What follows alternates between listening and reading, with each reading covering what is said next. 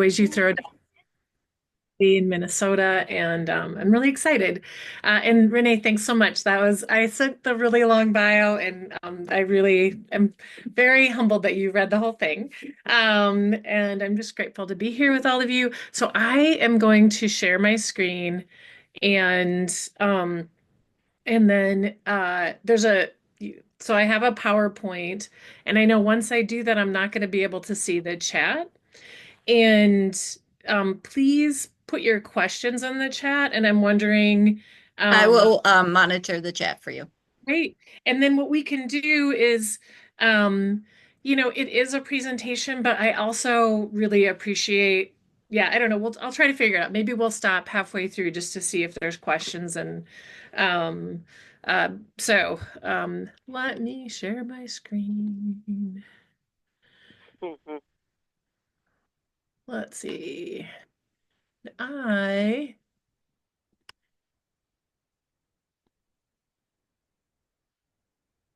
am slow at doing this. So please, please hold on with me as I do this. Um, I hope you all are having a really good morning. Um, Yeah. okay, here we go. How's it look? Perfect. Can see it well. Great. And while I can't see the chat, I can definitely hear you all. So that is good. Um, How about does this? Okay, I'll just get going. I'm really excited to be here with all of you. Today's such a great day. You have your conference, and then also I know there's the big protest today, so a lot going on. Um, and whoopee, here we go. You already heard a lot about me. So we are going to talk about trans equity in Minnesota and also the Equal Rights Amendment. So I'm really glad, Renee, you brought that up. And and then we'll talk about ways we can take action. This is training that we do that is really similar to we do a trans equity training for gender justice, and it's really um, working with people to just figure out a way where we can advance trans equity and to counter the current political backlash against trans people in Minnesota and across the country. And so I'm excited to also hear from you all about if there's things that we should be adding, questions you have. And then also, of course, I'm going to encourage you to get involved in gender justice as well. Um, so gender justice, we really look at how do we advance gender equity, you know, in Minnesota and across the country. We currently are in Minnesota and we're also in North Dakota, and we have a legal team that is that we work to make sure that we have lawyers who are working to enact equity and really fight against the kind of discrimination we're seeing based on gender. So some of our lawsuits that I think maybe you've seen is we've been able to help really secure the rights of pregnant people in the workplace. We've been able to protect trans people and trans youth in schools, trans people who are fighting against discrimination in the workplace. Um, and you name it. So we've had a really long history of really working to make sure that we have a Minnesota and now a North Dakota um, that really we're trying to break down the barriers that are based on gender inequities. And we have a policy team, so that's what I'm a part of. And so we work to enact policies on the local and state level um, to enact gender equality. And then really it's also about we're looking at how do we change our culture, how do we change narrative, a lot of the work that you all do too, of trying to make it so that someday we wouldn't have to be doing this work, but we have our work cut out for us. Um, so I'm going to go right into terms and definitions. Um, and So the reason why, so we're going to talk a little bit about terms and definitions. We're going to do that, and in my history of doing LGBTQ equity, I've done trainings and definition work, for a long time, only because what we want to do is make sure that people, that we're all on the same page. And then for so many years, I'm working on LGBTQ equity, people would really conflate gender and sexual orientation. And so we really just try to break it down so people can kind of see, that we're talking about two different things. And also then to dismantle and really look at the kinds of stereotypes, that are out there in the world, both based on gender and also sexual orientation, and kind of break that apart. So gender identity, um, is it's different than sexual orientation, but it's someone's innate, deep sense of their gender. And so for me, I identify as genderqueer. I use she and they pronouns, and I was assigned female at birth. And for gender expression, that's how we all see each other. Those are the signifiers of how we identify people. Often people say someone's masculine or feminine.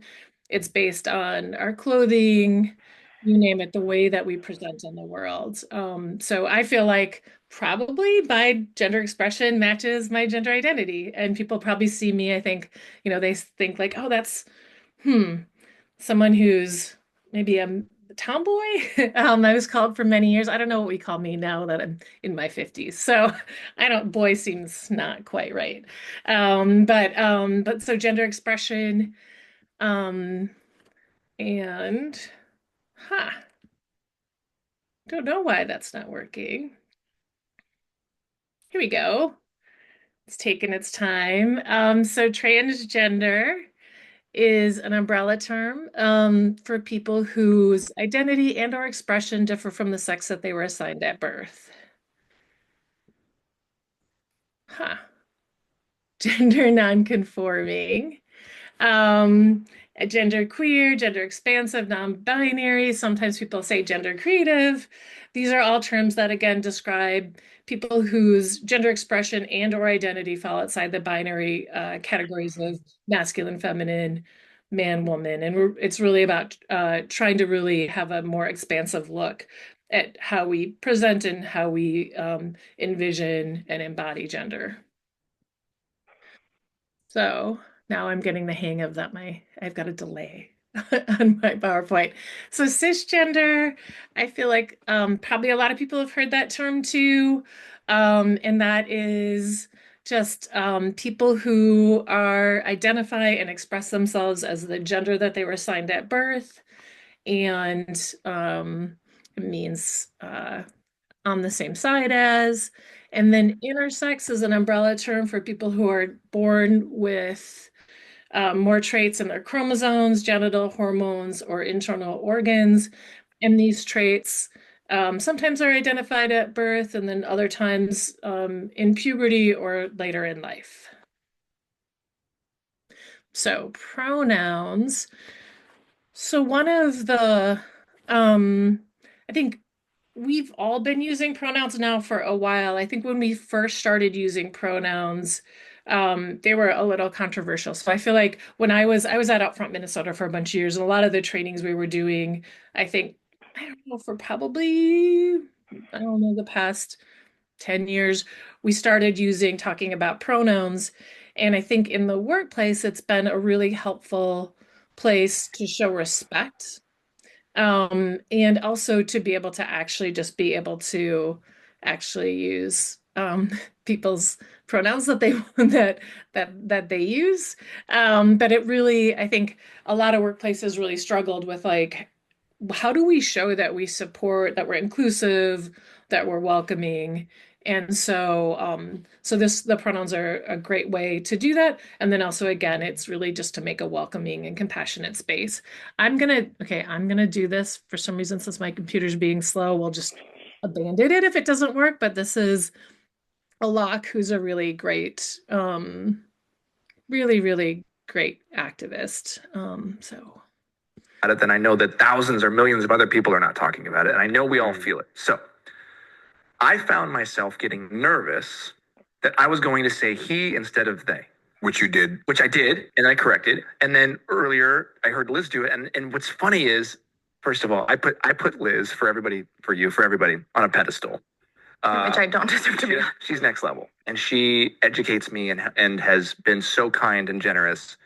And I noticed I went like, oh, okay, I feel better that I'm not the only one. And I read your book and I understand gender pronouns, and yet I still find myself sometimes feeling nervous because I don't want to mess up or hurt you or say the wrong thing or feel like I'm taking away from your identity by calling you a he. And so I'm just wondering, do you feel people being nervous that they're going to say it wrong? This is a 101 class for listeners because because I noticed I felt nervous and I didn't want to make you feel bad. And so I apologize if I did. I tried to correct it right away. But for anybody who's listening who maybe has never been around a gender non-conforming person, because there's way too many people that haven't. What I'm just curious. So that's kind of where I wanted to start. Sure. I guess I would say welcome to the awkward choreography of being a human. Yeah. We're always going to mess up because we are indoctrinated into a world that teaches us ideology, not compassion. So it's not you speaking when you misgender me, it's everyone that has spoken to you before. And in my life, what I always try to remind people is I was not born with gender literacy. I was born hating myself and hunting myself. And I had to learn too. So other people are going to have to learn. And if that way, I think trans people can actually teach the world transition is possible, not just between genders, but between paradigms.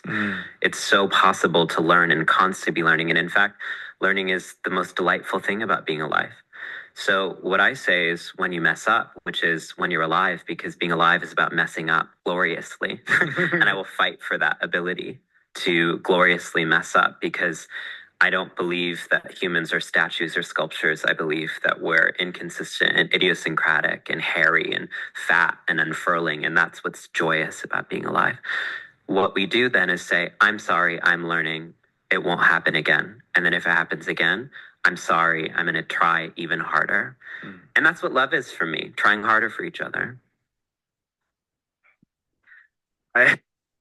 So I love that. Like that's what love is trying harder for each other. So of course that's what we're all doing out in the world. Um, and um, and so I think this the main point of why we talk about this is just that we all are going to make mistakes. That we will sometimes say the wrong pronouns for somebody or the wrong gender, and just to really just be able to say I'm sorry and move on, and we don't make a big deal about it because we don't want the other person to have to you know validate us. And then I'll just say this about this training is we do like to really have a space too where people can ask questions. And that's why I really encourage people to ask any questions in the chat. And then also to follow up after if you have any questions, and we're willing to talk about anything. And we realize like some of the issues we're going to get into about the political world, we really do need to be able to ask any questions. So people like me are really open to having conversations. Um, I also think it's just a space right now that is so charged around trans equity and trans people that we also need to remember to. We always in our trainings we talk about like you need to take a deep breath because it's really it's been really heartbreaking actually the attack on trans people. And also figuring out then what do we do with that? And it's trans people and of course a lot of other people too, and immigrants and you name it. But specifically today we're talking about trans people. So we're gonna move on. About it, then I know that thousands or millions of other people are not talking about it. Not gonna do that. So talking about the attacks. So they're significant. I think you've all probably seen this, but like some of the first executive orders, one of the first ones was about trans people, and really coming out that we have an administration that's coming out to publicly for I mean, just to discriminate, to figure out ways that in every way possible that we could use laws to discriminate against trans people. And it really seems like a concerted effort just to really actually erase trans people from public life. And that this isn't just happening in 2025 or even 2024 around the elections, but we'll go a little bit deeper into that. So you can see that there's been a rise in anti-trans legislation. And the thing that I like to think about, since I've been doing this work now for over a couple decades, is, we've had ebbs and flows of where there's been more vocal opposition against LGBTQ equity. And then there's been times where we've been able to have progress and success and move forward on liberation for LGBTQ people. That's followed by a backlash. But the thing that I think about that's to me, that's so surprising about there's how fast this movement against trans people has uh, has has been, and also how prolific is. I just think about in North Carolina in 2016 there was a law passed. It was an anti-trans law, and and it was called if you look it up, it's HB2. And so there's an anti-trans law that's like debated and then passed, and then there's a huge backlash, a huge call for boycotting North Carolina in our country. And so much so where there were a number of states, including Minnesota, who said, as state employees, we can't do business, we can't go to North Carolina um, for different kinds of conferences and any kind of work in North Carolina. You had the NCAA who they pulled events out of North Carolina, including, you know, really big. There was, yeah, anyway, really big tournaments. They pulled lots of corporations who were going to do events or sponsorship of anything pulled out, and people made they made a really big point to say this is not okay. And so that's 2016. So what's happened? How did this happen? So, currently now there are uh, I think it's 25 states who have passed bans against trans youth participating in sports. You have, um, oh my goodness, you have basically the majority of states who have passed bans on healthcare for trans youth, including 6 states that make it a felony for health care providers to provide those services for trans youth. Um, and the list just goes on and on. Currently, this year, there's again hundreds and hundreds of anti-LGBTQ bills, but the majority are anti-trans, and they do anything from like trying to get rid of non-discrimination laws or to that include protections for trans people, or trying to make it so that schools have to um, that they have to out anyone who is trans, you name it. So it's rough. Um, One of the things that we've been thinking about is like, well, why did this happen? I think I think that really there is a political there's definitely some people who are using the attacks against trans people to really divide people, divide communities, divide people, and to use it for political gain, and to use this kind of these anti-discrimination policies and the rhetoric to divide people for their gain. And there's definitely been polling, and there's definitely been, I think, a concerted effort on the right to really, I think they found their issue that they want to use um, to for political gain for the candidates that they back. and to try to give something like an easy, like they think it's like their silver bullet. You say something anti-trans and then you don't have to talk about anything else. That's you know, you have to talk about the economy or you name it. So that's what they did.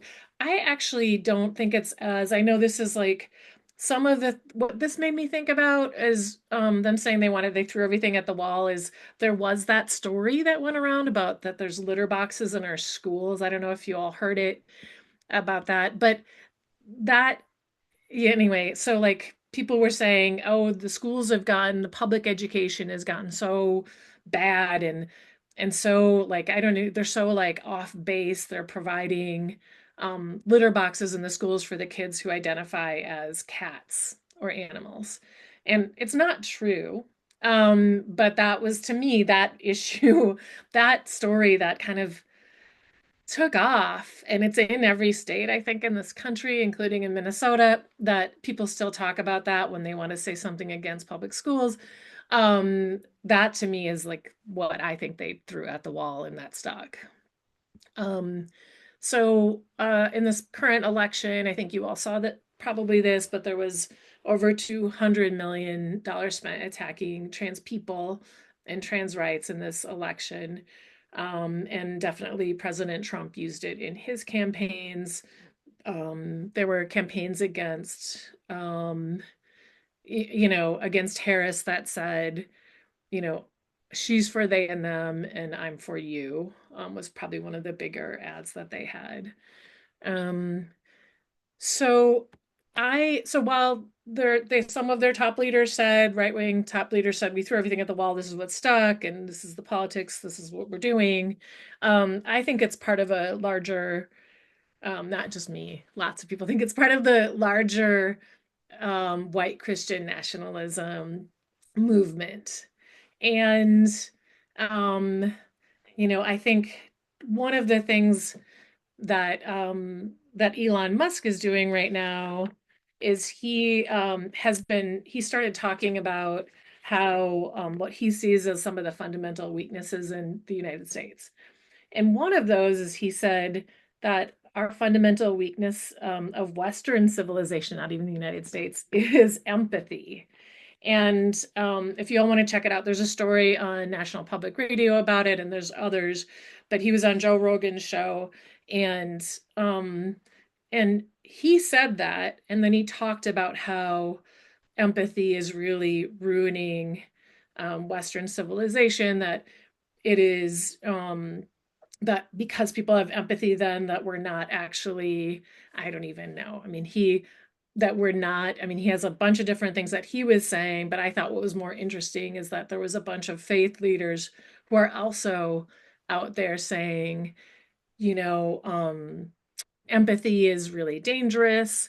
That when people have empathy, then that's how what's the devil's playground, because then that's how things like people supporting LGBTQ equalities, people supporting abortion, people supporting, I think, women's rights, they're also saying. And so they have faith leaders out there who are following some of what I think this newer movement around being anti-empathy and really trying to put out in the world like, this is wrong, this is evil, we really should take care of our families and ourselves. And so anyway, so part of that is also supporting the rigid view of gender. And in some of this new like anti-empathy rhetoric, they're saying, you know who's who's more empathetic? Um, and they use this super essentialized, you know, view of women and and femininity, and they say women are. And so women are actually the ones that we have to worry about. And we have to stop women from being empathetic. And that's kind of how what Christians need to do. And of course, for trans people, you know, in the context of this white Christian nationalist movement, is of course that it's people who are asserting their bodily autonomy and also trying to say that there's not these rigid binary roles that were, you know, that were assigned at birth. That's not, that's yeah, it flies right in the face of what they want to put out in the world. Um, and of course, it's again about it's part of the thread of the white Christian nationalist movement being against bodily autonomy in general, and of course, like us being able to be autonomous and make the decisions about our bodies and our lives, and um, and so this just fits with the anti-trans sentiment and the sort of thread that they're pushing, I think is a good example of how white Christian nationalism is doing really well in this country. Um, the other piece of this, I think you can read along and that I would say that I think that around race and when we specifically we're going to talk about trans athletes, um, I feel like some of what they're pushing around white Christian nationalism is there's a thread of again what it means to be a woman, what it means to be a man, and that those are we need to make sure like what's wrong with society is that we're too fluid, and then around race, and race and trans people in sports is it really is about how women of color and specifically Black women they're attacking and saying, if you look at the athletes who have been had the gender tests, it's been mostly women of color and Black women, and really going after sort of this, I think, in a racist agenda a racist agenda too that is the undercurrent of what they're pushing out in the world.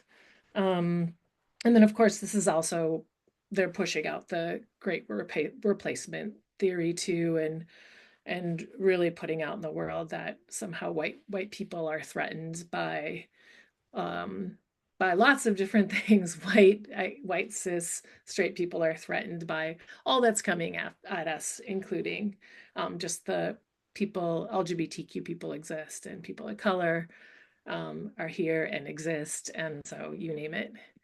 Um, so the federal politics.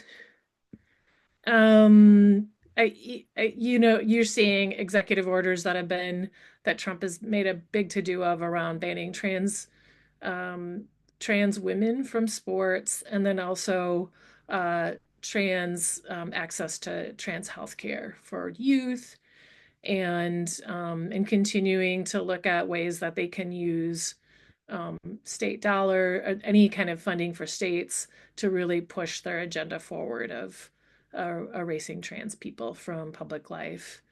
Um, so, um, so I actually can't see you all, so I would love to be able to just be able to see, for a second. um, and just see if anyone has any questions or thoughts, just to take a little break from the training. So there has been some chatter in the chat, but no questions. I assume the law you were talking about in South Carolina was the bathroom law that that was kind of about um, making bathrooms be aligned with the sex on the birth certificate, that sort of thing. And it did get huge pushback in 2016. And now today we're seeing laws like that pop up everywhere. So Right. I mean, it's yeah, it was about so we're going to talk about Minnesota laws in a second, but yeah, it was about looking at what the LGBTQ movement has been trying to do for decades is put forward non-discrimination laws, and so have human rights laws that include protections for LGBTQ people in it, that is so that you can't be fired from your job, that you can't be discriminated against in housing, education, and in public accommodations. And so the right really stuck on the public accommodations and like really has prevented a lot of states from passing these non-discrimination laws by pushing against public accommodations and doing a lot of fear mongering about bathrooms. yeah, yeah. But anyway, well, good. It's good to see you all in as a part of this, but I'll go back to so the current attack on inclusion in sports. Um, is, I think, one that has really taken, um, I feel like it's the big conversation around trans people right now. And it is driven again by this sort of narrative against trying to find the political issue that divides people. But if we talk about it, I think with, as feminists, we can think about like, what's the real attack on women's sports? That the real problem is that women's sports um, are not resourced and that the athletes don't get paid. There's no pay equity with men's sports, both in um, supporting the teams and then also paying the athletes, and that there's still problems with sexual assault, harassment, and abuses of power, and um, so anyway, so that's what the real attack is, and um, and all this to say is that the what's happened with all of this anti-trans messaging, millions of dollars put into these campaigns, having candidates up and down the ballot use their support of, discriminating against people who are trans. It's actually taken a toll, and it's taken a toll on public support for trans people, as you can imagine. And so this is one of the polls, and there's some out there that show that it's starting to like that people are starting to get weary of these attacks on trans people.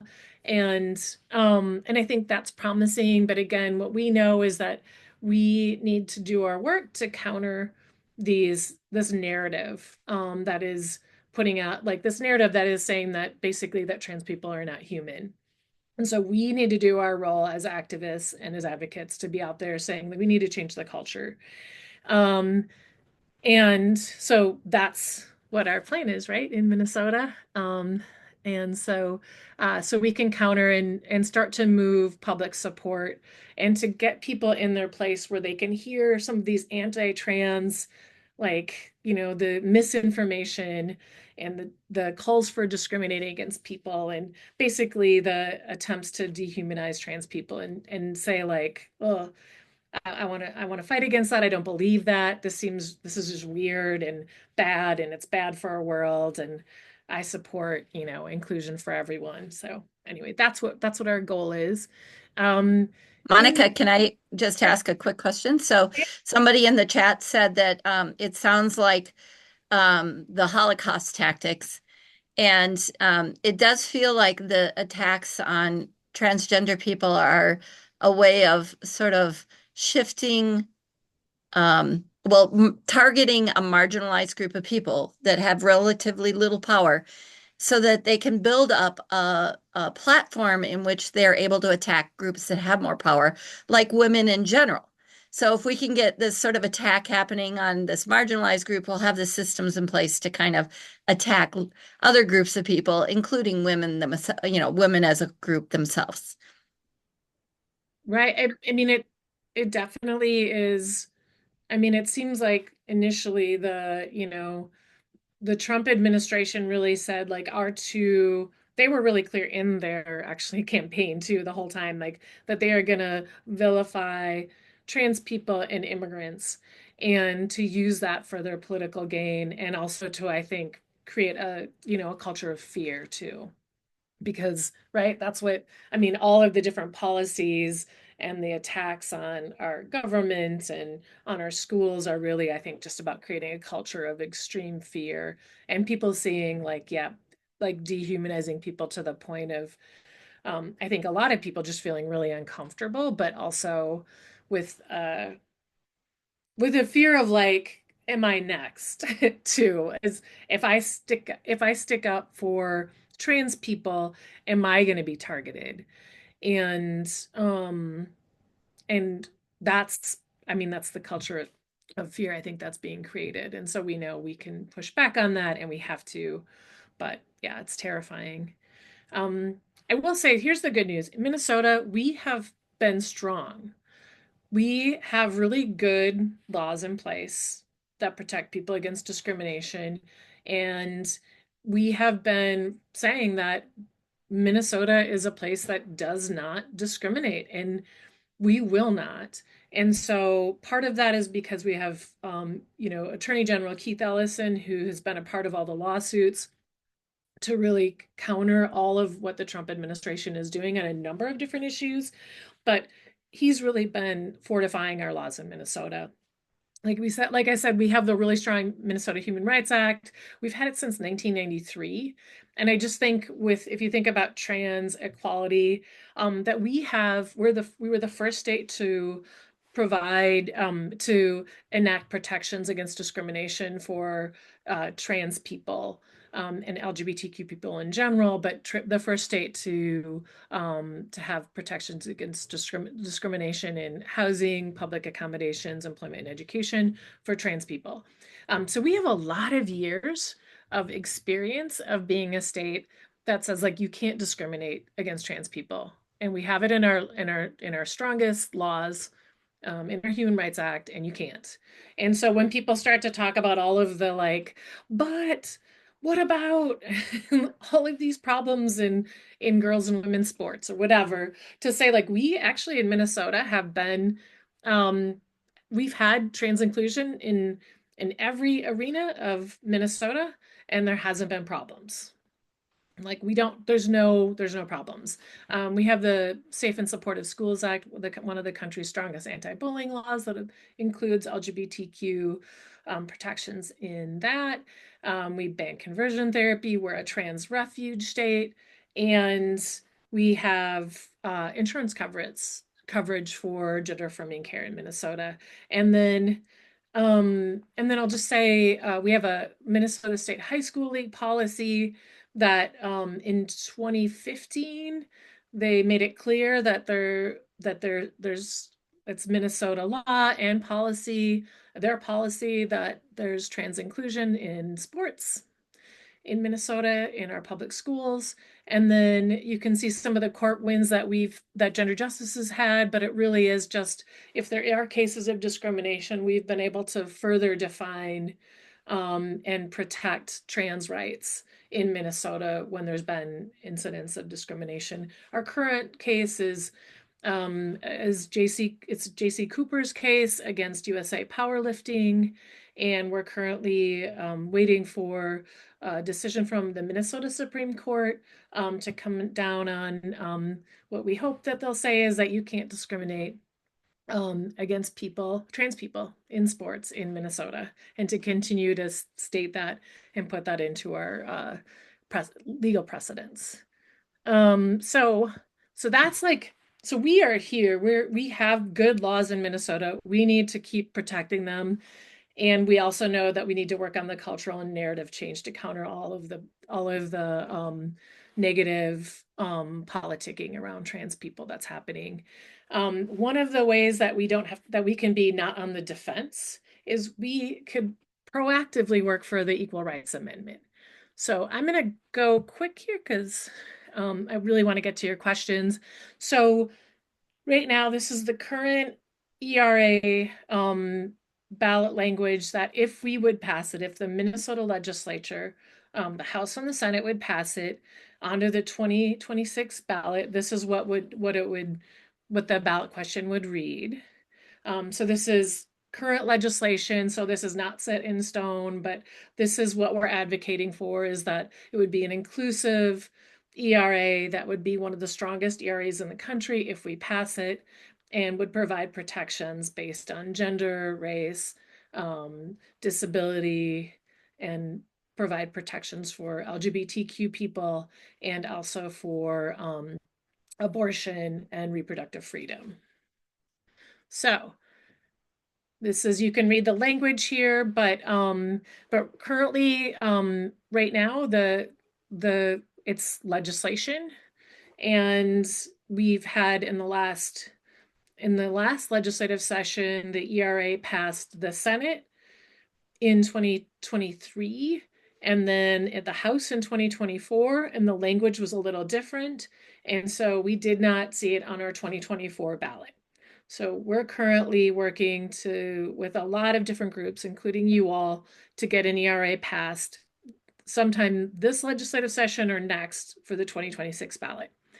And it would be one of the strongest in the country. This was worked on by a number of attorneys and a number of advocates to make sure that we can really use this to really protect and to put into our Constitution legal protections against discrimination, and to also, I think, send a signal for like who we are as a state.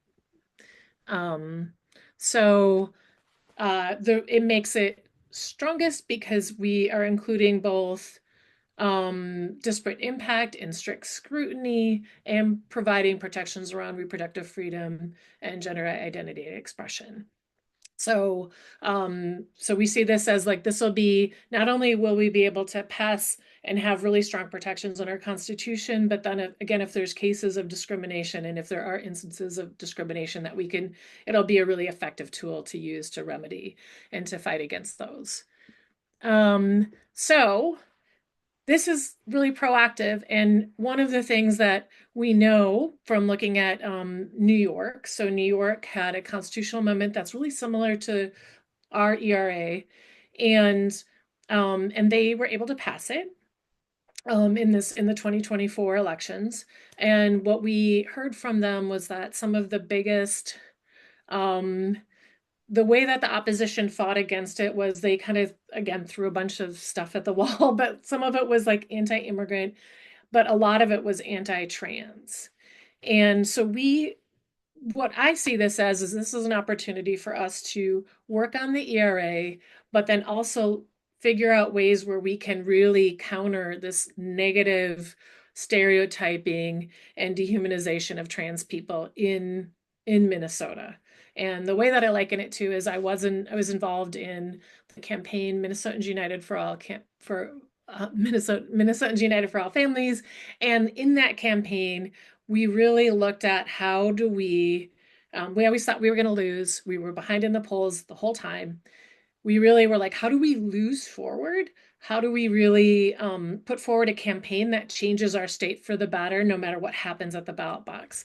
For the ERA, we're gonna run a campaign that is inclusive, that is statewide, and that is really about our values as people, and our values about how we want to show up in communities and show up and support each other and who we want to be. So this campaign will also be run like that, and then also just in general talking about trans issues and being an advocate for trans justice. We really want to be able to talk about values. And so there's not, like what we said around, for those of you who are involved in Minnesotans United for All Families, there wasn't one thing to say to people. It's not like we can say this one perfect sentence and people are like, oh, okay, I'm good. It really is about longer conversations, having conversations that we're not supposed to have at Thanksgiving about politics and usually gets into religion then. But actually just getting people to have conversations, maybe more than one, and really getting at values and really putting forward that trans people are people, um, and really trying to show that and to personalize the story and to humanize trans people and to cut through the rhetoric of what people are hearing, and the fear mongering that some right-wing people are doing and some of the opposition organizations are doing. So we want to lead with shared values, come up with a personal story you're telling about why you care about this, and what you're asking people to do. So we talk about individual freedom and self-determination. And like I said, we personalize it. And if we had more time, what we would do is we would then break into groups and have you all talk about it. But please do. And also, like I said, gender justice, we have our trans equity trainings, but we're also doing we're doing some other convenings just to bring people together to practice these conversations. So we will be doing more of that, and please come. And what is promising to me too is that 42% of people now know someone who's trans. And that is and that they're talking about knowing someone who's trans, and that is one of the ways where I think that the more people know people who are trans, and the more you have people in your lives who are talking about trans equity and trans justice and just trans humanity, the more we can just come out on the other side of this hateful rhetoric and these hateful policies. Um, we have more talking points we can provide for you. And there's some on our website that I'll talk about. And then these are talking points for the ERA. And again, what we feel like is going to happen is it'll get right in the heart of probably talking about reproductive freedom and trans rights will probably what will be most of the conversation around the ERA. At least right now in the legislature, that's what people are talking about. There was a hearing in the House on this past week on Thursday, and there was one legislator who talked about the Minnesota flag and said how no one got to vote on that. And so you still have some people who don't like the Minnesota flag. But I think that's what it's going to come down to. And and as far as other advocacy tools that we have is, again, this is about personal conversations with people in your life. And then we have some tools I like to always have a hook when we're talking to people and like, what can you use to have this conversation? So it's not like, hey, what do you think of trans people?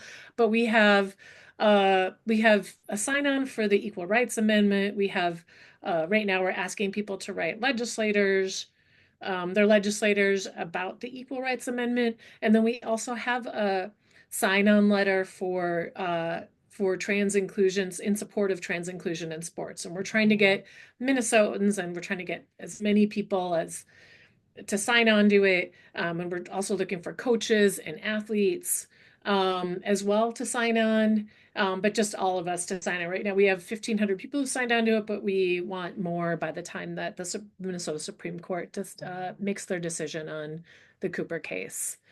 But I'm sure you all have like you are advocates and you're activists and you're, making change every day. So I'm sure you have a ton of ideas about how we can continue to build a statewide movement for gender equity and for trans equality and for the ERA. So these are some tools, but again, Gender Justice's website has all of these. And we also have tools. We have toolkits and resource guides. And so this one is really good. This document is really good for actually just reading it to look at how to talk to people about trans people in sports. And of course, sign up to get involved. And I'm going to stop the share. Thank you so much. Hi. So, Monica, I think there was a question about talking points in favor of trans people in sports. And so maybe you want to go back to sharing a little and pull up that site, because I think we could all benefit from hearing some of those talking points right at this moment. Sure. Or we could just talk about it. Okay. Yeah, we can just, Whatever best for you. yeah. So, so one of the things that I would ask you is, what do you would someone be willing to say what you say? What do you say with like so I'll give you an example. So, um, so we have, you could be asking someone in your life to say, like, I really support trans inclusion in sports, both for adults and for youth. And I'm working with Gender Justice, and we have this letter of sign-on in support of trans inclusion in sports. Would you sign on? And what questions would you have for me, or what are some of your specific questions? You just want to know how to talk about it, or? I would say Minnesota has had these protections in a while has had it in for a while. How many years has it been that we've? Well, our Human Rights Act is 1993. So Okay. So for Yeah.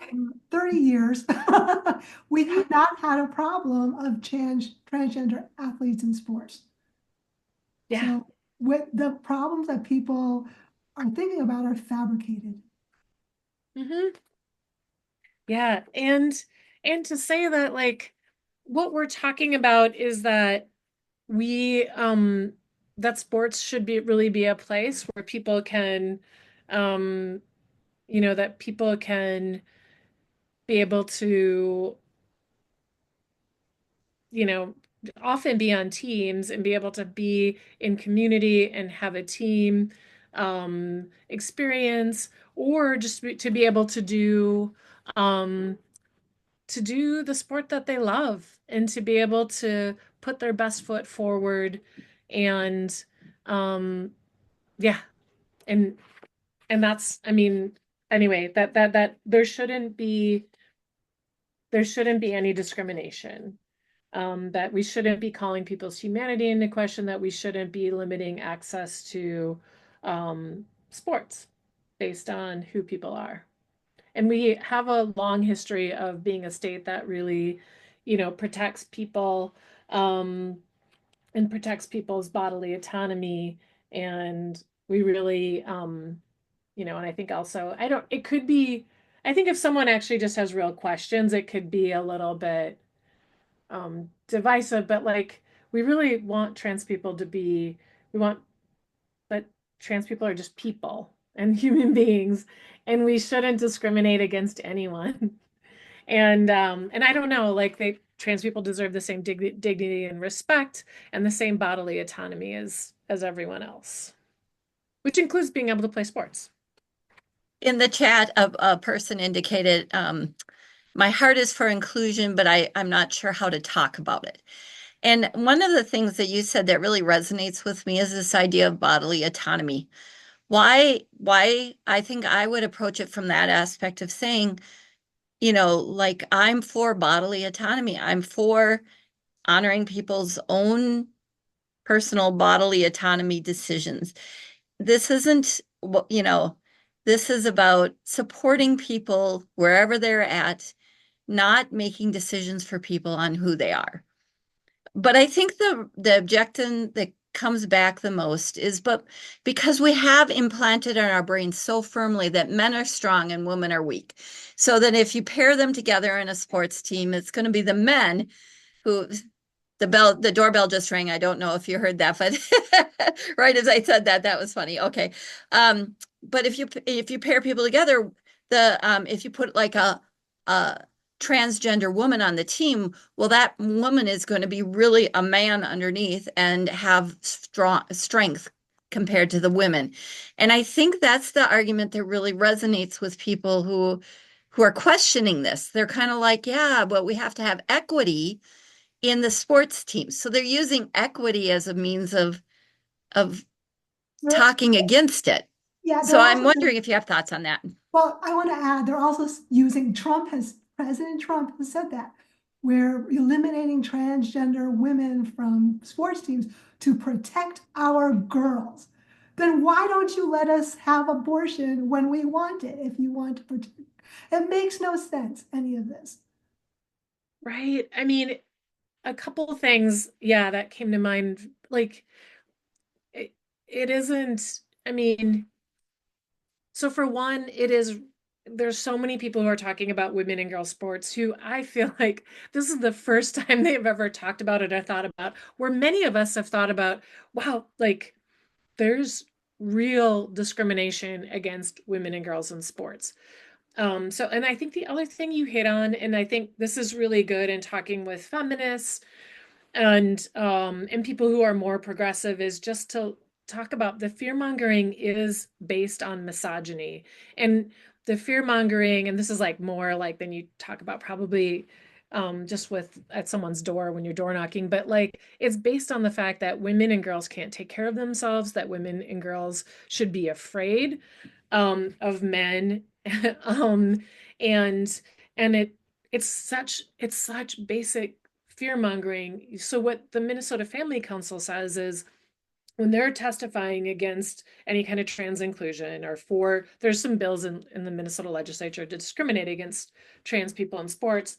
And patriarchal too, but they say, oh, well, you really should be really worried because there's going to be men in the locker room with these girls. And so they're not only, they're just trying to make it so terrifying that there are trans kids, and by saying it's going to be men and that they're going to hurt your girl and that they're going to be always stronger than all, that men are always stronger than all women is kind of the underlying premise. And I think what we know by science is that that's not so clear, right? That is just not clear. And trans people have been playing sports, will continue to play sports. Um, and that's and that it's not, there's been no real benefit. I mean, there's some scientific documents you can look at and they're linked on our website, but there actually, it hasn't been proven that trans women do any better in sports than anyone else. And then what's also really interesting is nobody is talking about trans boys or trans men. And it really is targeted at this basic thought of like women should be really afraid and they can't take care of themselves. So let's take care of them. And yeah. And it's also just like not what we know about sports. The thing that I think about, and I look at this crew and we all know, but Billie Jean King won. And um and Yay. it was the first time, right? Where like no woman could ever beat a man who are, they're both like really incredible athletes or whatever, right? But like um it's it is really just about discriminating against trans people. It's not, there's not any real legitimate basis for what they're trying to do. Yeah, I It's, think it's using hate to solidify their base. yeah. It's terrible. We Yeah. have a person who's from a red district and is wondering, living in a very red district, how do we advocate for all the crazy rolling back of DEI? I think so. I think that it's, so for one, I feel like we still need to hold our elected officials accountable. So I think an easy issue to talk about them with over and over and to ask about is the Equal Rights Amendment. And to get them on record saying why they are against it. And I think that we know that by the campaign that would have, that we where we defeated the constitutional ban on marriage equality, is that we were able to win that by one-on-one conversations and by building this big network of Minnesotans who like came out on the side of like, we don't want to discriminate in our state. We are proud of Minnesota that's inclusive and welcoming and respectful of all people, and that we really support people's bodily autonomy. We support their autonomy. We support their personal freedom to be who they are. And so I think the more personal freedom kind of like rhetoric and like thinking about how to talk about that with people, I think will speak to people. Um, the some of the like rollbacks, I think the knee jerk is like, oh, diversity, equity, and inclusion doesn't include cis, white, straight people. And that's kind of that white Christian nationalism. I think that is like people can kind of like feel like a little uncomfortable where they're like, yes, I think that's what that's against. They're telling people to be against us. And instead of like, no, we're actually just trying to make sure that there's inclusion in every way possible to make sure that we have a state that is truly representative of everyone that lives here, and that also we are able to be a state that stands for welcoming, inclusive, um, respectful policies and communities. Um, so anyway, but it isn't one thing to say to somebody, but I think we can do it. And again, like the campaign for the Equal Rights Amendment, what I love about it is it'll give us that opportunity to have these conversations, and I think to move us forward on trans inclusion and on support for reproductive freedom.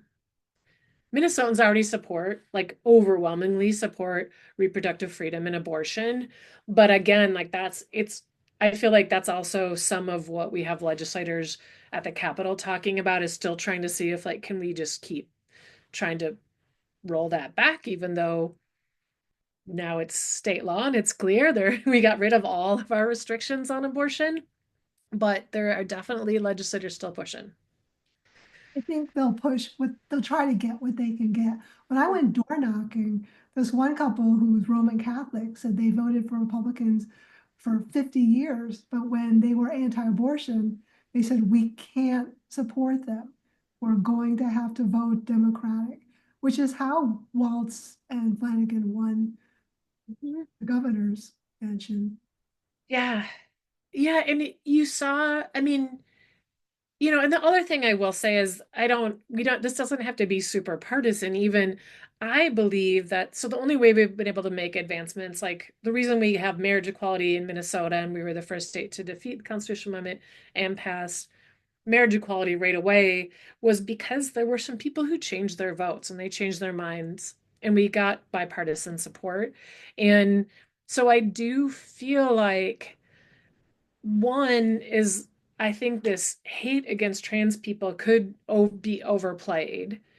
And and I do think that with over 40% of people knowing someone who's trans, there's gonna be, I hope, bipartisan support for the Equal Rights Amendment to say like we like this we need to change what we're doing. We need to not be dehumanizing trans people anymore, that this is not okay, and to have someone who's going to take that stance and probably vote against what most of the people in their party does.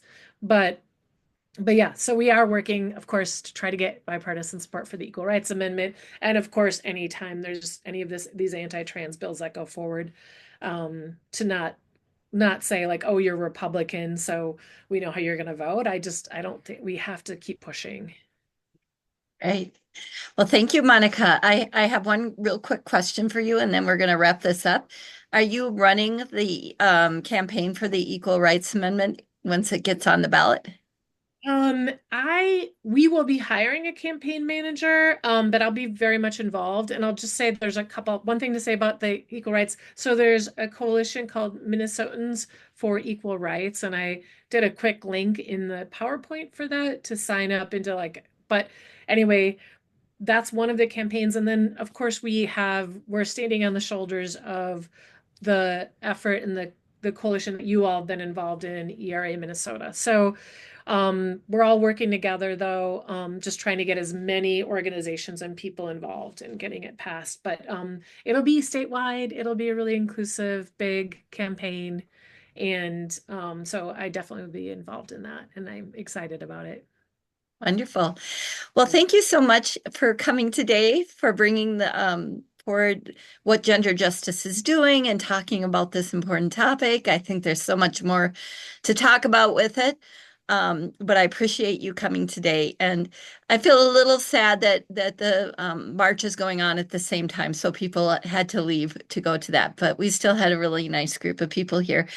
We are going to what we're going to do now, and I want to let people know that Monica, if you're okay with it, I'd like to put your PowerPoint on the webpage. So it'll be on Minnesota Now's webpage, under the annual business meeting conference webpage. So I will stick that out there if you're okay with that. Yes, I'll share it with you. I can turn it into a PDF since it's just a Google Doc right now. Yeah, sounds good. Okay. And then I will also put this video out there. And so please thank Monica for coming today. And we are going to take a 15-minute break before well, a little less than 15 minutes before our next speaker. 10 minutes. Thank you so much, everyone.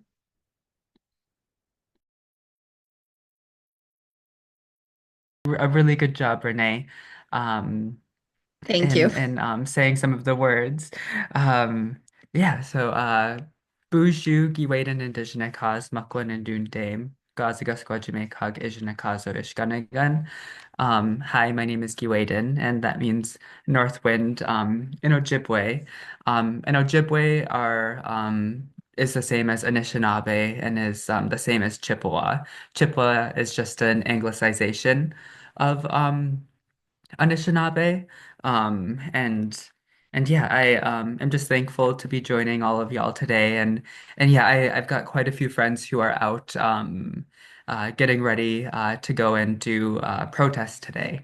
And so yeah, I'm thankful to be here with y'all and to share some knowledge and to just explain what it means to be Two-Spirit.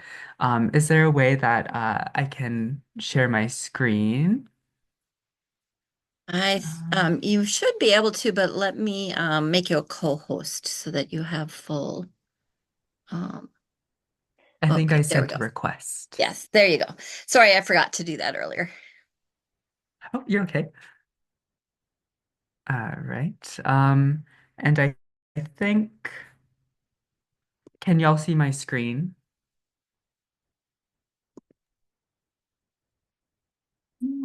No, not yet. Yeah.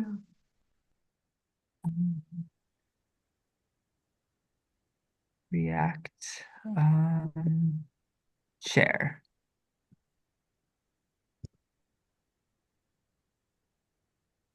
All right. How about now? Yes, it's coming Okay, through. Yes. Yeah. perfect.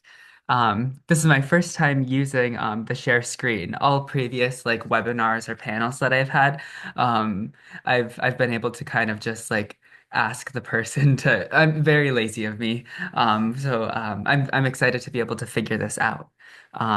But yeah, I'll get That's started. I we want are to a be good place cognizant to of learn. everyone's time. So Yes.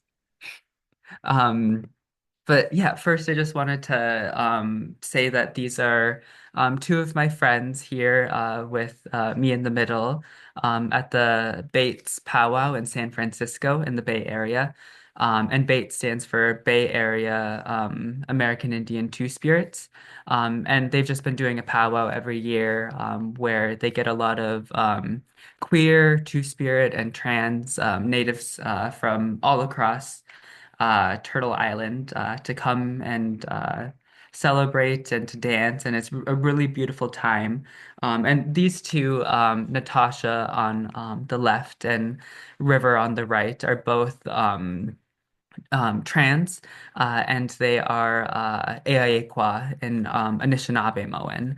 They're both Potawatomi, which are a part of the Anishinaabe group. Anishinaabe is broken down into Ojibwe, Potawatomi, and Ottawa, and then there are some others that are further down, but we share a similar language. And yeah, they're both Two-Spirit. And so I'll just first outlined like the contents of today's presentation. So I'll first start out with Two-Spirit and another term that's relatively new, indigiqueer, the history and definitions. And then I'll talk about how I use social media for environmental justice, and line three, the pipeline that's here in Minnesota, and just the importance of awareness. And I'm talking a little bit about the environmental justice and food sovereignty and queerness because um, Minnesota now, which I really, really appreciate, is very intersectional. And that's something that I was talking and I was reading up on the website that is like one of the goals and one of the aspirations and one of the things that y'all are doing is that work of intersectionality because that is everywhere. And then I'll just end it out with some contemporary Two-Spirit I would like y'all to know. So just notable Native queer people who are doing really cool things in Indian country. Um, but yeah, so this is the Two-Spirit flag, and I think it's very beautiful. It just has some feathers on it, and then I have a couple of spellings of Two-Spirit. My favorite is the middle one, just because it's a little chic in my opinion. I love all things chic or fashionable or other things. Um, but yeah, I just wanted to talk about the origins of the word Two-Spirit. So Two-Spirit is a new umbrella term that is pan-Indian and is used by some indigenous peoples to describe a tribally specific gender or social role, not inherently tied to sexuality. And it's a new umbrella term it came out of the third annual Intertribal Native American First Nations Gay and Lesbian American Indian Conference in Winnipeg, Manitoba in 1990.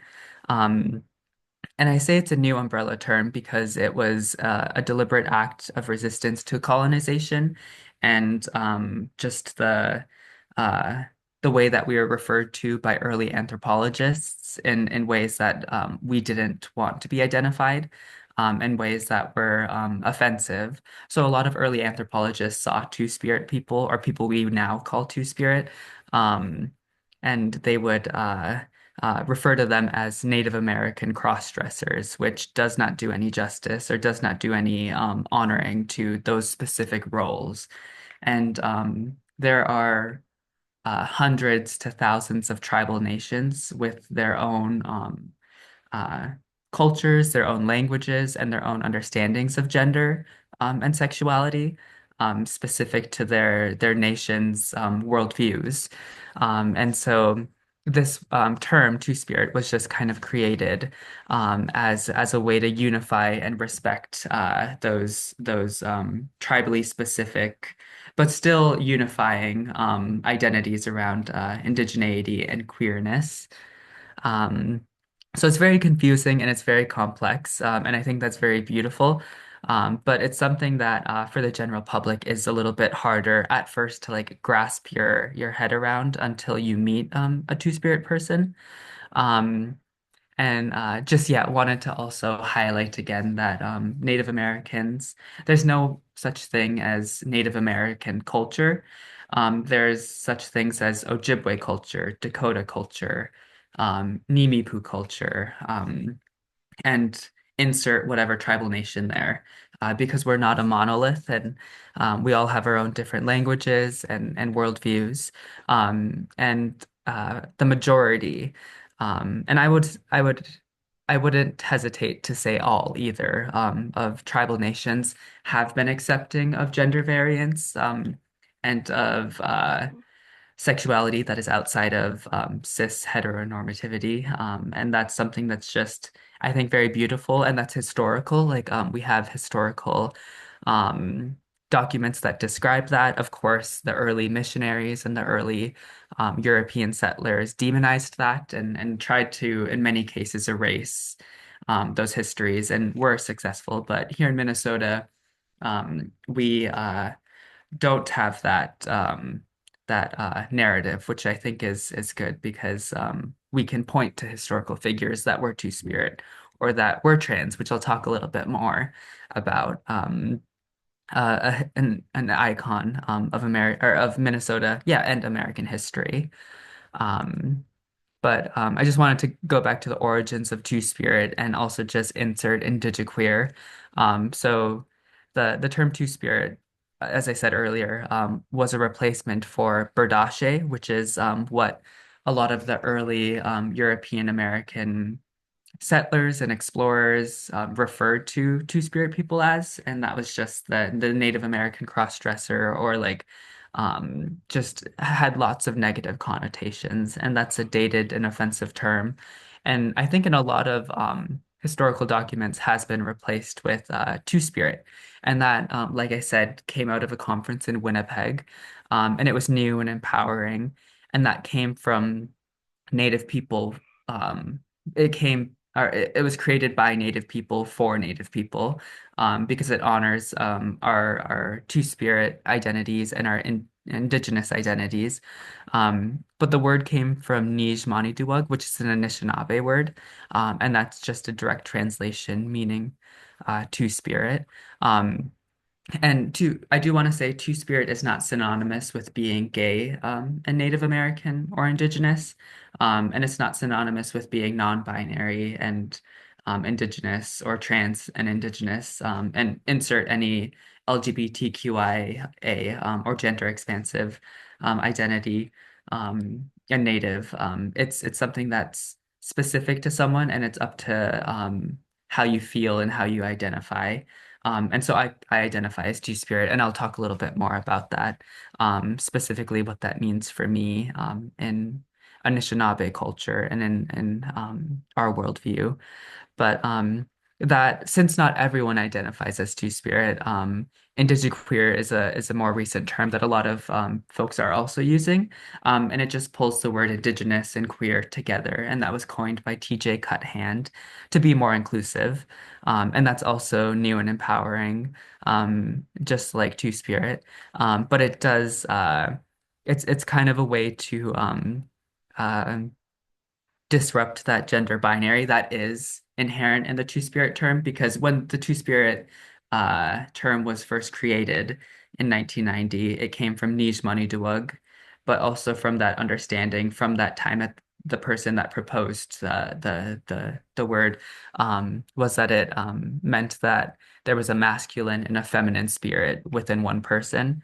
And that's why you were the way that you were. And that was something to be celebrated and uplifted. And it's just a beautiful, different perspective to the nation.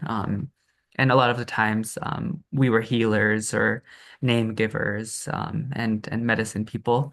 Um, but ultimately, it just leads all the way down to choice, and it's up to the individual Native person, which I think is a beautiful just example of self-determination and how we all have our own sovereignty over our identities, which is very important. And a lot of people just talk about tribal sovereignty and the tribe's rights to self-determination, and that does on a broader scale for a tribe, but also on the micro scale for a person, a singular person. And yeah, now I wanted to talk a little bit about Anishinaabe worldview. So Minnesota, just like Minnesota now, comes from the Dakota word Minnesota Makoche. And Minnesota is the ancestral, traditional, and current homeland of the Dakota, but also further north in northern Minnesota, the Anishinaabe or the Ojibwe. Um, and we have as many as 15 or 16 Anishinaabe gender terms.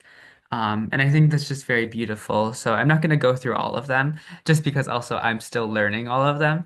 But I wanted to point out a couple of my favorite. So Anini is man, and then Akwe is woman. Um, Indigo Quay is like a woman, and Indigo and Nini is like a man. But my favorite one is Bakani and Nadise, and that just means like that person's actions are different, or like their actions are different, or they're different, and of course positive connotations. Um, and the one that I identify with, and I'll talk about on the next slide, or not on the next slide, but a couple of slides from now, is Ikwewadeze, and that's just to be feminine or to have a feminine nature. Um, but these terms were compiled by research from Awanagijik Bruce and Kai Pyle and Manidu Mangan and Charles Lippert, and specifically like conversations between all of them, but with elders in different communities, because Anishinaabe people, we are also so widespread that even within our worldviews, there's no one Anishinaabe culture because our communities are so spread out. Like from like hundreds of miles to even thousands, because we're all around the Great Lakes. Um, there are different words that mean different things for certain communities or slightly similar things.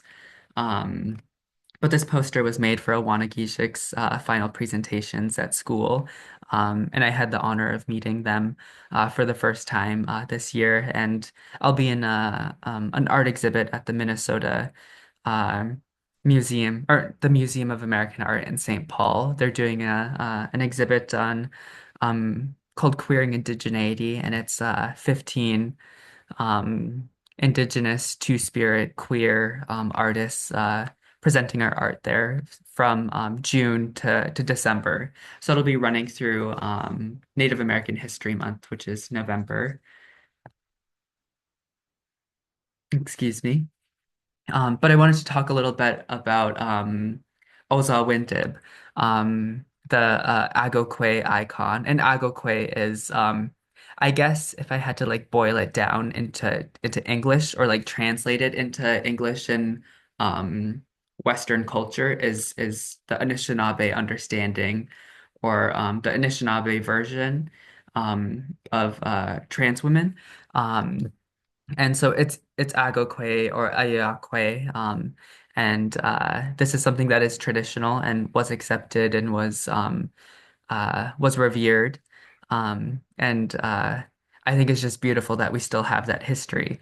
And of course, that history is recorded maybe not in the best way. So the man down on the left is John Tanner, who's known as the Falcon. And he has one of, I'm forgetting the name of his book, but it's very, very popular and a lot of people read it. I do think it's called the Falcon, but he describes his encounters with Oza Windib as and I'm paraphrasing, but one of those Indians who cross-dresses as a woman and the Indians call a woman. And he describes her in not the best light and as a creature and an abomination.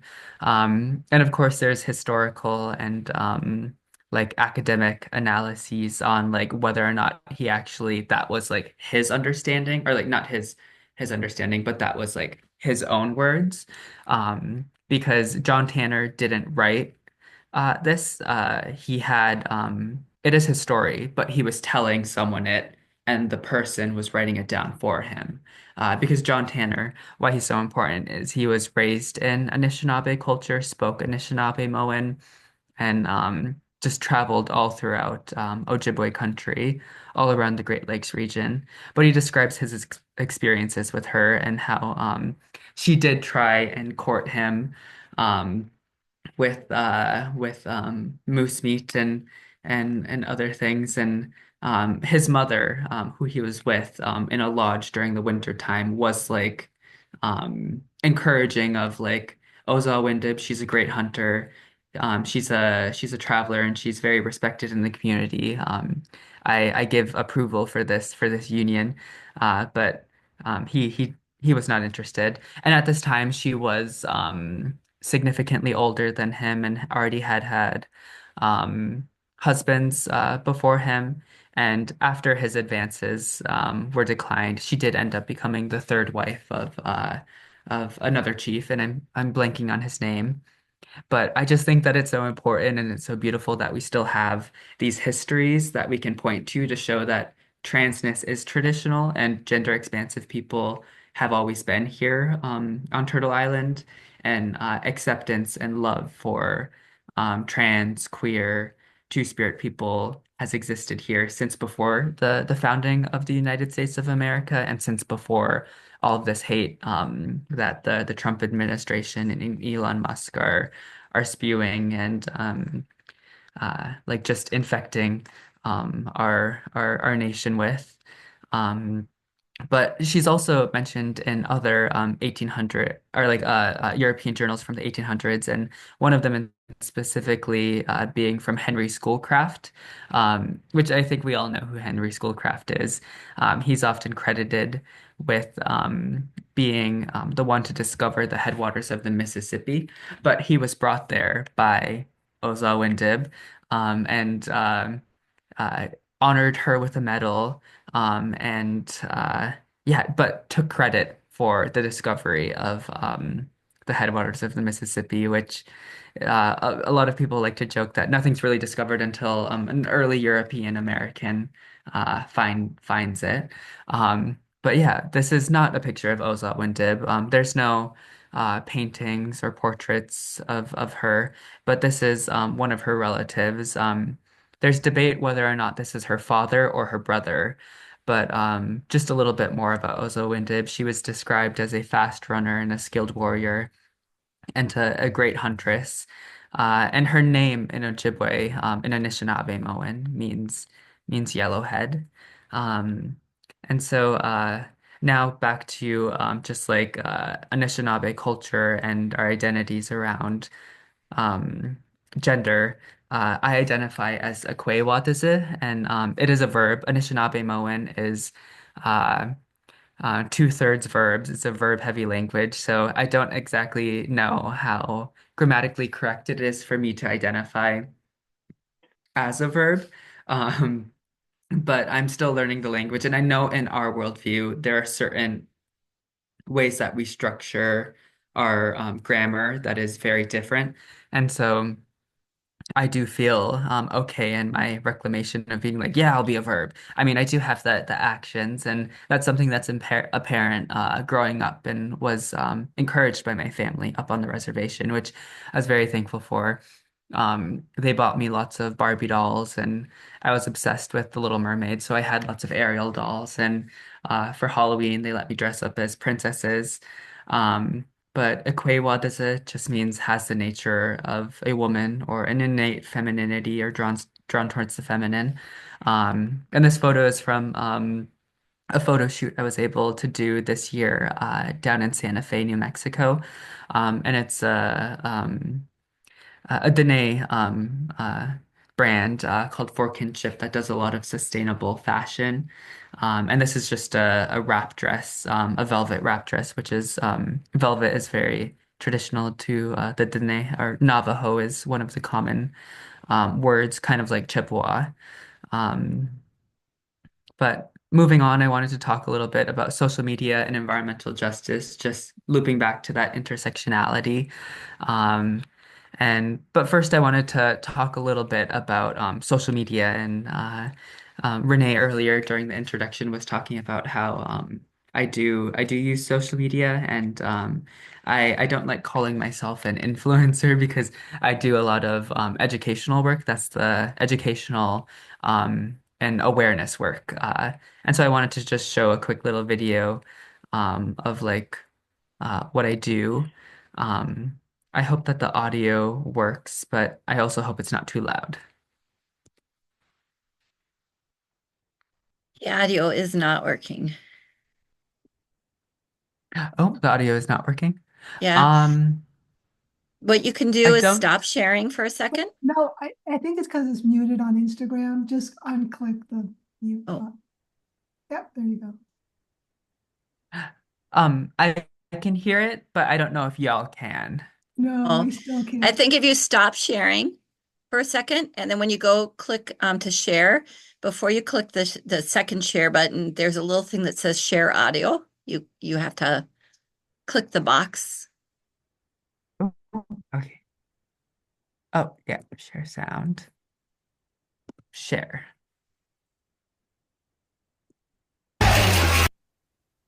There you go. That worked.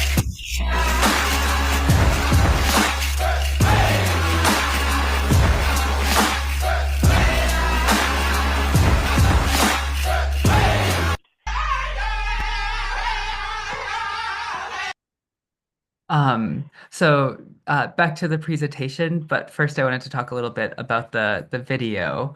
Um, the importance of videos like that, I think, are to show. I don't know if y'all were able to read the captions up top, but just letting young queer people, not just young queer Native people, but young queer people in general who may be trans or gay or bisexual or non-binary, just to know that like acceptance and love has been here longer than the hate. And I do think that like that has good impacts. And the dance that I was doing is a jingle dress dance, and that's a traditional women's dance for Anishinaabe people, Ojibwe people. It has spread across North America in the powwow circuit, which I don't know if any of y'all have been to a powwow, but they're open to the public and they're during the summers. There are some during the winters, but it's just where we go to dance, and a lot of people sell jewelry and Native American cuisine, but of course it's Americanized Native American cuisine. Um, it's like fry bread and things. But I wanted to talk a little bit about being a water protector too, and just that intersectional work because this is a Minnesota organization, and we're all in Well, I don't want to assume everyone's in Minnesota, but if you are, I'm pretty confident that you would be familiar with Enbridge's Line 3 back in 2020 to 2022. It's currently running with tar sands, which is one of the world's nastiest oils. But that's where I got my start in activism and also kind of that more of that exploring of my queerness because I was surrounded by a lot of two-spirit, trans, and other queer people. But what does being a water protector mean? That just is it's as simple as standing up for the water, whether that's doing direct action like protesting a pipeline or doing water policy work that protects water or tests water for PFAS or other things. Um, there's many different ways, and this is also one that anyone can do. You don't have to be Native American to do it.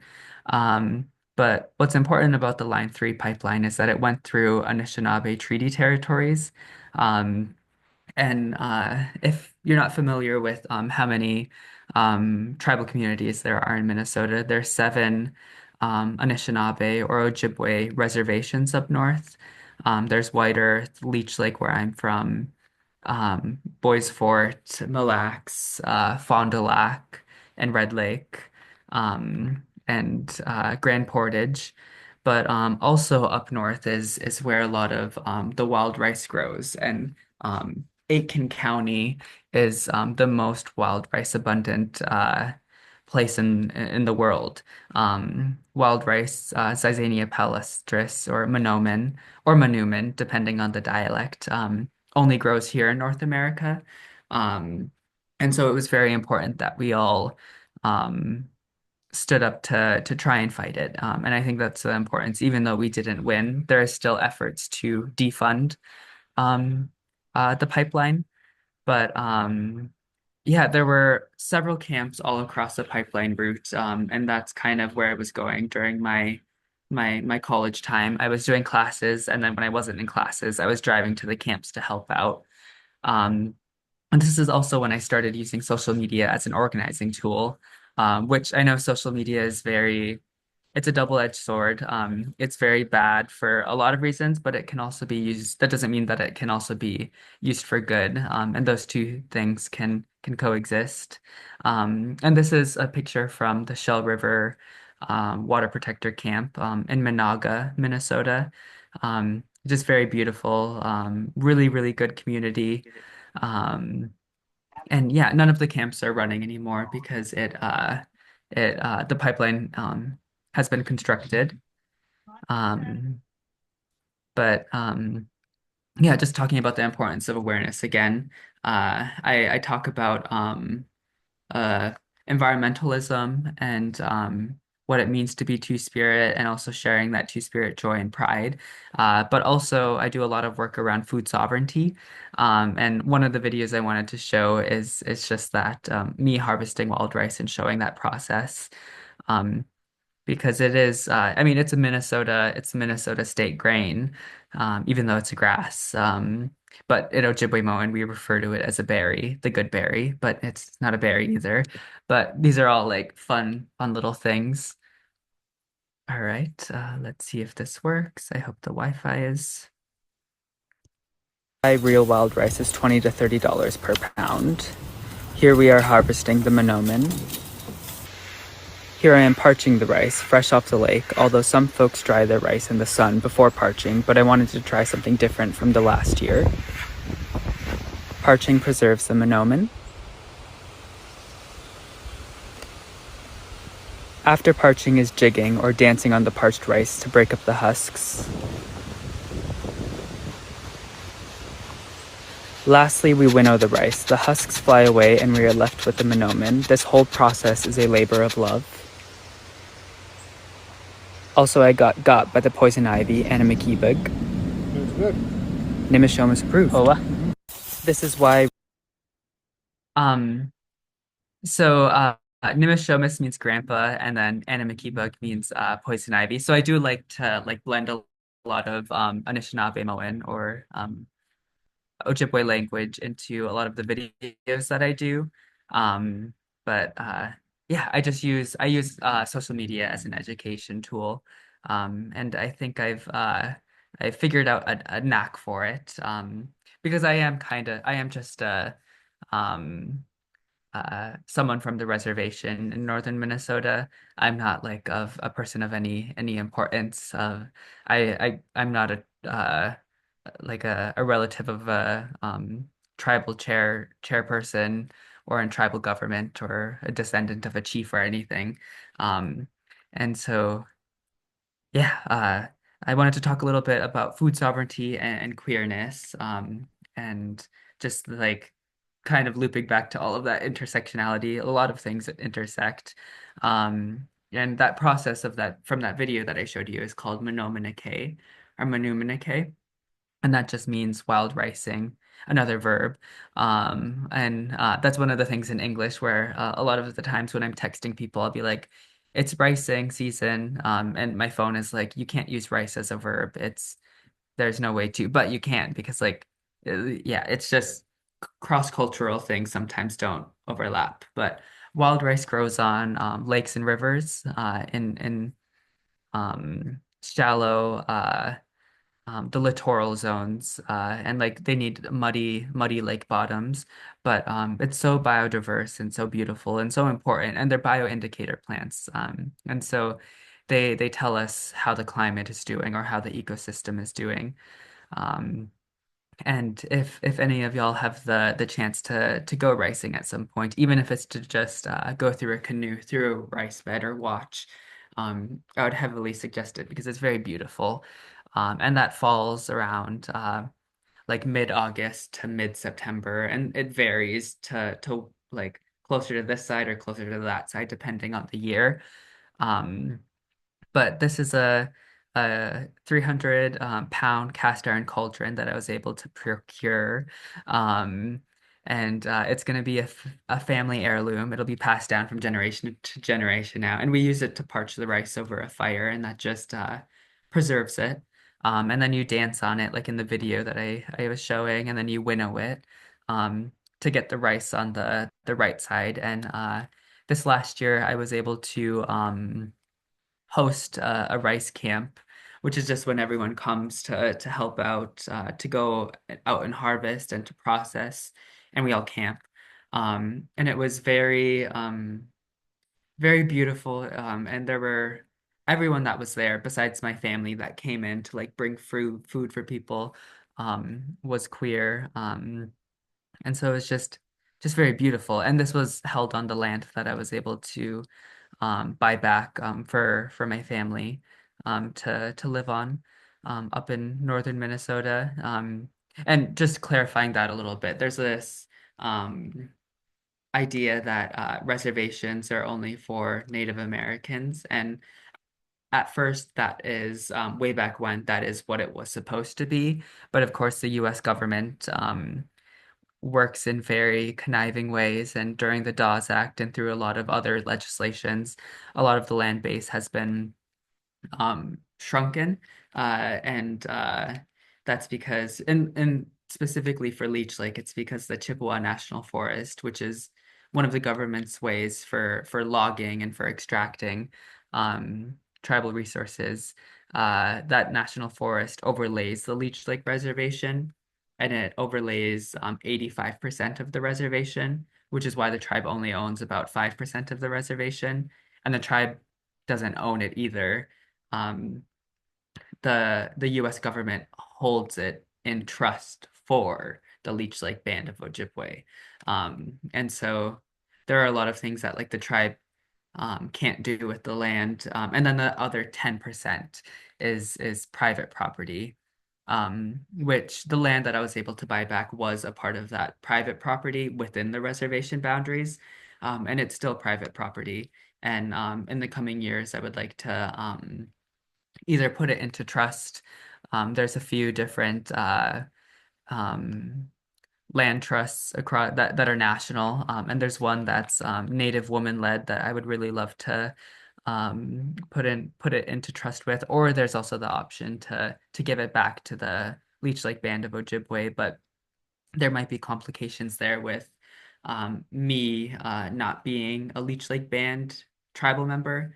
I'm enrolled with the St. Croix Chippewa Indians of Wisconsin, which is still Ojibwe. But I grew up on the Leech Lake Reservation with my dad, who's a Leech Lake Band member. and my grandpa, who's a Leech Lake band member. Um, but there might be complications there with returning it to the tribe and then us not being able to live because even up north with the different all the same Ojibwe, but the different bands, there are different things with them living together. Um, but yeah, moving on, I wanted to talk about how I view Monoman and Mondamin as queer relatives, and this is also a thing where I have to first lay out the framework of in Anishinaabe and in many indigenous ways of thinking, we look at plants and animals as relatives, and even natural things like rocks and rivers as relatives. Very animistic, I think is the word that I'm looking for, but and I like to think about that as I have a background in science. I went to the University of Minnesota Morris for my bachelor's in biology, um, with the plan to become an eye doctor, which I'm no longer going to be doing. But just that scientific background, I love to in the classes that I was in, just see uh, the way that things were interconnected, and how that is like proven well, not proven, nothing can ever be truly proven, just substantiated by evidence.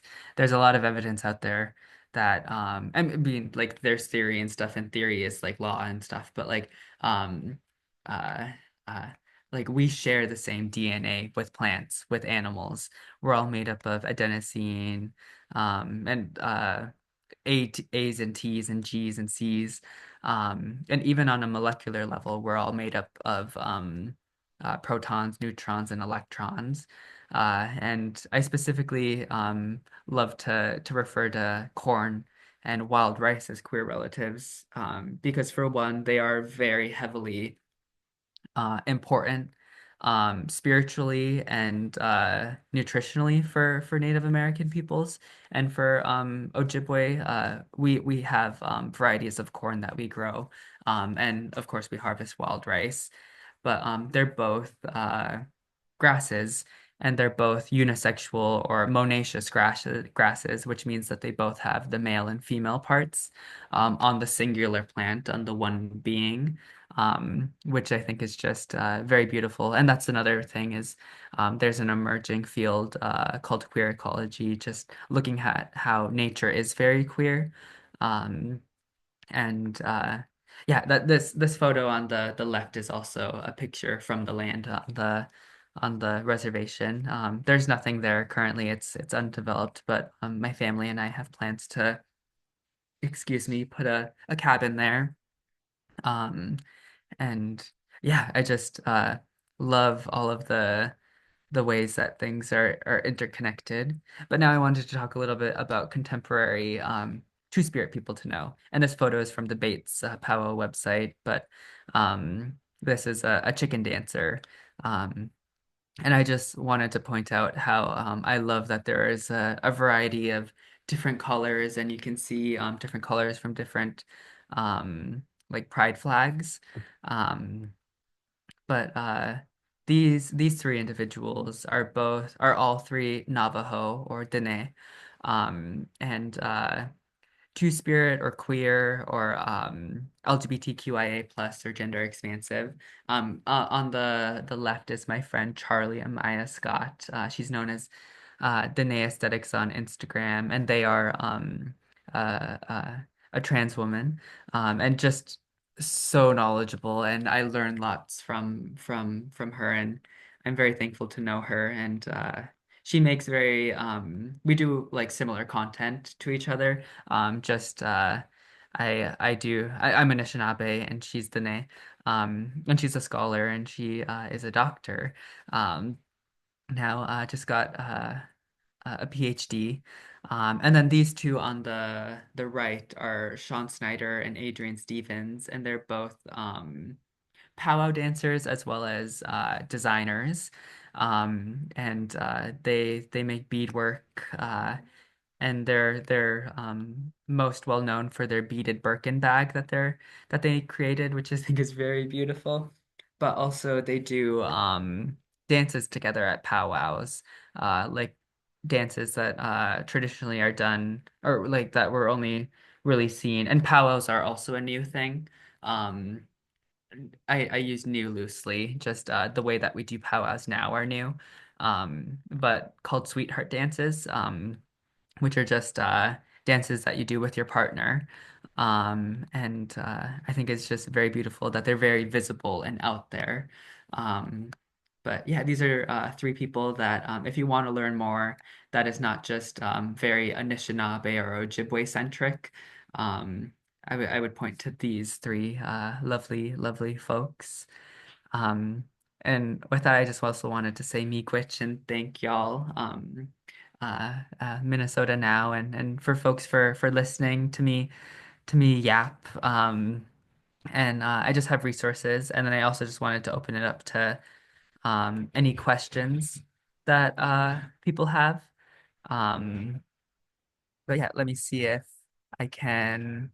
Should I keep my screen shared, or what would I think take um your screen share down. Yeah. And then we can just um chat. And I want to thank you so much that you're a very good educator. So there was so much packed in there, so many different um, parts inside your talk that talked about different things. So, the embedding of sort of colonial ideas and this idea of the oil going across indigenous lands and the food. The food importance of food and the different ways of thinking about food and the idea of verbing nouns I've heard of before, and I think that that's a really unique thing that a lot of people can think about is this idea of verbing things. So you were saying, I don't know if I can call myself a noun, but I think you're being that, or you're being that. You can call yourself a verb. I think you can. I think we can expand and think beyond. Um, so thank you so much for all the wonderful insights. Is there any questions for Giiwedin? I think it's a lot of new material. Oh, I'm going to stop my recording.